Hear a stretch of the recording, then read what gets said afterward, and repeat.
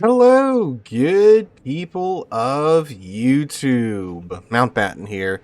And today we have a St. Vincent that's being a little bit laggy in the replay for your viewing pleasure. Now this is a live reaction replay, meaning that I am sitting down and watching this for the first time with you guys. So it's kind of like we're watching it together, so you get my genuine reaction to whatever goofiness or silliness goes on in the game. And I'm just hearing that apparently the audio is not set to the extended setting, or yeah, extended. There we go. All right, everyone should sound proper now. There we go, that nice British accent. Anyway, our driver today is Comrade Ballin. I wonder if his name's supposed to be Comrade Balance. He just couldn't get that name, so he went with Ballin. But anyway, he is in the St. Vincent, which is the Tier 10 tech line British battle cruiser. She's a bit of a goofy ship. She has 9 457mm 18-inch guns attached to a very quick hull because it is a battle cruiser. She has her nuclear torpedoes that do 30k alpha damage and a speed boost to boot on top of that. So she is a little bit crazy. She's a proper mix of the British battleship line and the kind of battlecruiser identity that Wargaming has set up in this game. So she still has pretty good HE. It's not quite as good as the British battleship HE, but typically it's more than enough to get the job done. I usually use it from longer ranges because the accuracy on the main battery guns typically isn't overly fantastic at range for me. So I'll spam HE at longer ranges. Then when we get into, like, 15-ish kilometers, then I'll swap it over to that AP. And that looks like exactly what Ballin's doing here with this Yami. He fired that first round of AP at him, didn't get anything out of that, then loaded up HE, managed to get a fire on him, and the rune bumps into him as well. But anyway, this is arms race mode, which is one of the goofier modes. So we already have a goofy ship. We have a goofy mode that, you get the buffs and it changes the parameters of your ship.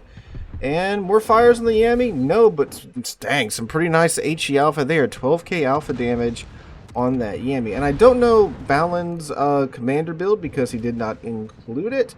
But it looks like he does have, what is it, Brisk or Swift and Silence, whatever it is, the commander skill that lets you have that buff to your top speed as long as you remain undetected. Marceau is getting absolutely lit up there. He tags him on there for the stern for a little bit of damage and a fire. I think he knocked out his rudder there as well. This Yami looks like he's about to be the next subject of the friendly team's attention here, as he is getting absolutely lit up at the moment. He could potentially go dark and go undetected here at the Yami, but he just keeps firing for whatever reason. You don't always have to be firing your main battery guns, battleship drivers. You can go dark. Ooh, that rune, I think, narrowly escaped getting vibe checked by said Yami. Teams are pretty balanced so far, except for the friendly team lost a battleship already. I missed that. Looked like it happened way out east. Not sure what happened there. Probably had a rack of torpedoes or something. Mecklenburg gets caught on fire again from Ballin. Man, Ballin's on 4 fires before the 4-minute mark. He's on a pretty good clip with that. Got a Ruprecht over here as well. Looks like the teams are kind of... Well, I mean, that's typically what happens on this map. Everyone goes to the Thunderdome, and you have the teams that kind of stack up on either side of the Thunderdome, and they just stare at each other for a bit until someone gets the advantage. More fires on the Yami? Ooh, no, not there. Second reload buff picked up by the friendly team. So now, what's his main battle reload time down to now? I'm curious. 20 seconds. That is nuts. So, Rupert gets the Brisbane out. That's good. Good pickup for the friendly team. So the St. Vincent here is fast on its way to just becoming a heavy cruiser if they keep up this pace with the buffs. No fires again on the Yami, as RNG has shifted. Lots of torpedoes in the water. That Schlieffen, I admire his spirit, but, sailing up in front of the enemy team in the first 5 minutes of the game is not typically what you want to do. And I do like to brawl and all, but there's a time and place for it, and the first 5 minutes of the match is not that. Another fire for Ballin. That Ruprecht, man, I would be loading some AP and chunking some AP in his broadside, although that Marceau that was spotted there, I'm sorry, yeah, that wasn't Marceau. obviously needs attention as well. You don't want to let that thing get loose and running around, especially in this mode. God, he's down to... Okay, he might burn out here. Is that Balon's fire on him? Is he going to get a more... No, that was a Schlieffen's fire on him. Another fire for Balon, though, on that Yami. Oh, look at that Ruprecht. Man. Alright, so he's got HE in the tubes. He's going to load AP up after this. No, he's going to keep HE in the tubes. Enemy team is down 3 ships. Friendly team is down 2 ships.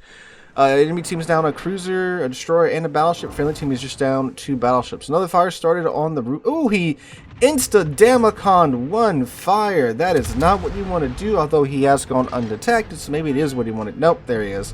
Nope, yeah. You know, if you're trying to go undetected and you have 1 fire set on you, fine, that's fair. But if you're like in the middle of combat, you have most of your HP, and you just have 1 fire, you absolutely do not want to damage con that 1 fire, because any more fires set on your ship are going to stick now, like that one. That one's going to be there until his damage con comes back off of cooldown. So that's going to stick and that's going to burn. He's going to lose more HP for that fire than he would have if he had, held his damage con. Because next salvo would have started that fire, could have damage con those 2 fires and avoided that damage. But nope. Although he is also seeing broadside onto the entire friendly team, so I don't think his survival instincts are that well developed. Look at this. Balon's already at 100,000 damage by the 7-minute mark. That is kind of nuts. That being said, I mean, it's a pretty even match so far. No sides just walking over the other side just yet. Look, double fire on that Ruprecht. He damage con that single fire again. Now he has a double fire. Enemy team is certainly picking up the buffs, though. They have a healing buff now, a reload buff, the HP buff, and the damage buff. So friendly team needs to start making moves, otherwise the enemy team's going to start to win just because their ship's performing that much better at this moment. Although, again, I'm not really know how this Ruprecht's still alive. It's funny that they melted the Yami, the Mecklenburg, who were bowing, and this broadside Ruprecht is still alive, who's spamming HE, another interesting choice in the Ruprecht. Granted, the Ruprecht does have smaller guns for its tier, so that is kind of understandable. But the enemy team is down 4 ships to the friendly team's 2 ships at the moment. There's Witherer already before the 8-minute mark has even passed on by. There is that nuclear torpedo that the St Vincent has. It is up in the bow, so you do get to pick the direction that it shoots out within a certain firing arc.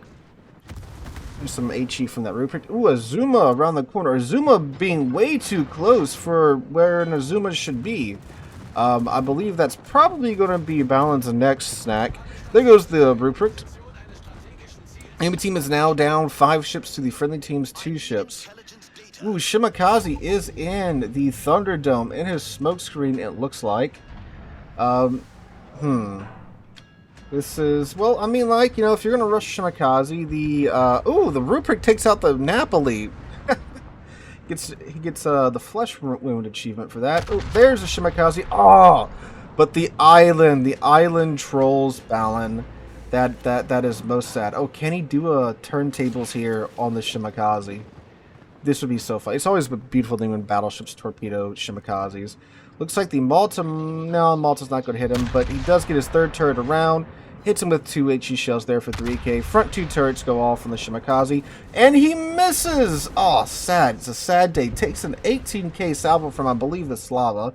The St Vincent does have thinner bow. I think it's 25mm bow and stern. It's either 25-27mm bow and stern. Either way, it can get overmatched by most tier 10 battleships.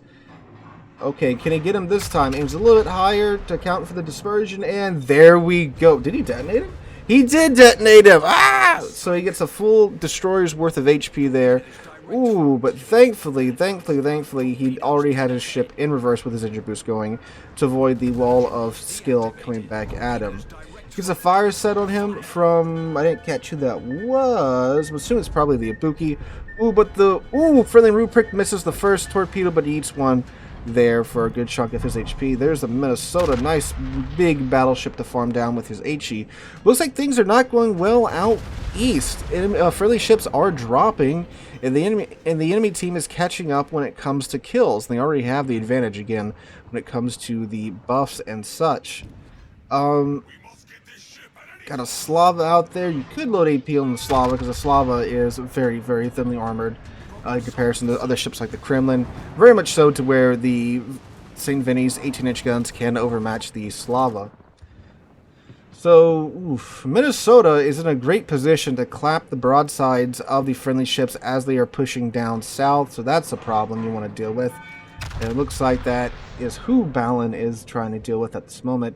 If he can get into the Thunderdome, he can also grab the healing buff. So his friendly team will have 2 charges of that going. Double fire on the Vermont. Brune takes out the Azuma, but the Halkru takes out the Hindenburg, and the Azuma, by extension, takes out the Rune. By extension, what do I mean by that? From the grave, the Azuma takes out the Rune. What a nice trade there. So ships are pretty even. Now the friendly team does have a destroyer still up. The Shimakaze out east has survived, although there's a Minotaur out there, so that's concerning for him. But, if they can keep him alive, that's more spawning they'll have later in the match. 158,000 damage done so far from Balin. Balin, whatever your name's supposed to be, my guy. Shimakaze, looks like he unfortunately whiffs the torpedoes on the Minotaur. Ooh. Alright, there we go. Balin does have AP loaded. If he can get this Minotaur in his line of fire. Ooh, yes. Trying to blind fire behind that island. And let's see. Will it work? It gets just 1 shell hitting for 5k. When you're trying to get those shots on the other side of the island, so you can't really see exactly what you're aiming at. That's a lot of guesswork. You can kind of use the minimap and use that circle on the minimap to kind of guesstimate where your shells are going to go. Let's have another round of shells, again with the reloading buffs and his adrenaline rush going. Pretty quick reload on, there we go, on the St. Vinny. 21k to the Minotaur. Oof, friendly team is melting now, down to 4 friendly ships remaining to the 5 enemy ships, although we're about to be down to 4 enemy ships here once Balin gets the salvo off. That should be a dead Minotaur unless RNG truly hates the man.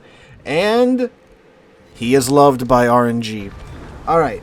So, you have a Minnesota to your right, an Ibuki. Ooh, Hakuru is spotted. Will he remain spotted? Probably so, because again, that Shimakaze has managed to survive out east. Again, fellas, if you're playing DDs, please make sure you live so you can do things like this and spot ships for the friendly team. Alright, and let's see, bounced off the flight deck. No, pinned it to the side, and 1 bounced off the flight deck, getting him a Confederate. So he's got Death Strike, Confederate, and Witherer already. Up to 206,000 damage so far. Down to 4 remaining enemy ships and 4 remaining friendly ships. So very close game so far. Enemy team is in the lead because of the points.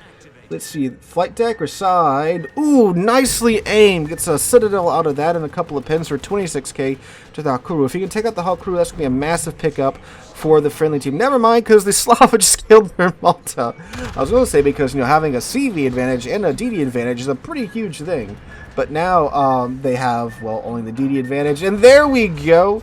Takes out the Hakuru with a final Citadel to his side, netting him 246,000 damage, fellas. And the game is still not over yet. 3 versus 3, 2 battleships per side, and a cruiser on the enemy team, but a destroyer left on the friendly team. Now, Balin is doing the Lord's work here because he is in this cap contesting it. If the enemy team gets this cap uncontested, they get 10 points every tick, which is an absolutely absurd amount of points to get every time the cap points tick over. So by holding this and contesting it, they aren't doing that right now. So this is giving their team a chance to finish this fight. 12k to the Ibuki Stern with that AP, that wonderful St. Vinny AP. The Slav and the Kearsarge are having a go at it. They're jousting each other in the back. Kearsarge can't overmatch the Slava's nose, but Slava's gun's just outright friggin' hurt. Oh yeah, no, that's a dead Kearsarge. So that Slava is also quite low. And good hits on the Ibuki, 13k. But he's still not done yet. He's still up. Now, again, Shimakaze is going to have him spotted here. Slava with the secondary kill on the Kearsarge. My god, what a match. Because of the Shimakaze is going to be spotting him here. That way, Balin can keep getting shots on. And that's usually one of the strengths of the Japanese heavy cruisers. Their concealment is quite good, so they can disengage when they do need to lick their wounds. But again, because the Shimakaze is alive and spotting for the friendly team, we don't have to worry about that, thankfully. Now, the other thing too is that Hakuru did get 1 flight of planes up before he went down, so he is still able to reset Ballin's progress here in capping this cap, although I think he might be losing his last flight of planes here. Come on! There we go! 19k, another dev strike on that Ibuki, and that one bomb is enough to reset his cap progress. So that is big, unfortunate. That's probably going to buy enough time for... Ooh, I don't know if they're going to be able to get here before he caps it, but they're definitely going to be able to get here before the match is over, the Minnesota and the Slava. Well, the Slava's going to be able to get here. Minnesota's kind of slow. But all they need to do is hit him one time to, again, reset this cap progress. So, he's got a few moments to gather himself here. He's got one more heal left. He does have a super heal, thanks to, well, it being a British ship. 298,000 damage done so far, fellas. Here comes the Minnesota. 2 healing buffs, health buff, full reloading buff, and a damage buff as well. Ooh, oof. Sets fire on the Minnesota. I don't think he even got much pen out of that. What's his reload time now? A 16-second reload. Oh god, this is absolutely ludicrous. Alright, some more HE out on the Minnesota. It was bowing to him, so it was smart to have his HE loaded, because, well, the 457s cannot overmatch 32. Ooh, thankfully the Minnesota, I think he hit most of those shells on his bow armor there. Here comes some more shells, and oh, he's shooting him in the belt rather than the bow. Oh, the belt armor, not the bow armor. That's what I meant to say. And ooh, speaking of belt armor hits, Ballin also hits some off of the Minnesota's belt armor. He gets a torpedo out on the Minnesota. Although if he can just, I mean, at this point, I would just, you know, throw some AP up into his superstructure. That should be the end of him, or some HE as well. This should be the end of the Minnesota. No, it's not. Shatters on the torpedo protection hit. And on the belt armor there. Ooh, Minnesota figured out where to aim. Takes a big chunk out of Ballin's HP. Shoot him in the superstructure. That's all you gotta do is that 2K superstructure. There we go. There we go. There. Oh, that's a Slava. Oh, down to 7K, but he pops his heal. Okay, torpedo's already back up thanks to, again, the adrenaline rush and this being, well, arms race. Torpedo out on the Slava, down to 20k HP. Slava does also have probably a good adrenaline rush boost and the boost to his real time because of the buffs. HE into the nose, 15k HE in the nose, and the nuclear torpedo comes in at the end to secure the kill on the Slava. That is his 6th kill of this match, fellas. 339,000 damage done. My god. My god, my god, my god. All the achievements. So we got Witherer, Confederate, 2 dev strikes, Dreadnought, Kraken, and High Caliber. 339,000 damage done. 6 kills. That is beautiful. How much base XP did he get? 3,600 base XP. My god. That, ladies and gentlemen, is what happens when you put one of the most ludicrous ships in the game in one of the goofiest modes in the game, and you got a good commander driving it. That was a beautiful, beautiful game, Ballin there. Arms Race is just such a goofy mode. It's beautiful things can happen in Arms Race. So apparently this was Ballin's highest damage game of his Wood Warships career. So shout out to Ballin for that. Again, excellent game there, sir. How much credit was he running any boosters? He was not running. Oh. He's a free-to-play player. He doesn't even have premium time. Look at that. Look at that. Look at this hero of the masses here, fellas. That was an awesome game, my guy. Thank you so much for sending that in. If you have a replay where something silly, goofy, ridiculous, or it's just an outright good match that you'd like to see featured here on the channel, you can check out the email linked in the description down below. You might find yourself here on this channel. So hope you guys enjoyed and have a wonderful, what day is it going to be? A wonderful Thursday. If you did enjoy, make sure to drop a like, leave a comment, subscribe to the channel, and all that jazz. Let Ballin know how well of a game this was. Hope you guys have a wonderful Thursday, wonderful rest of the week. I hope to catch you guys in the next one.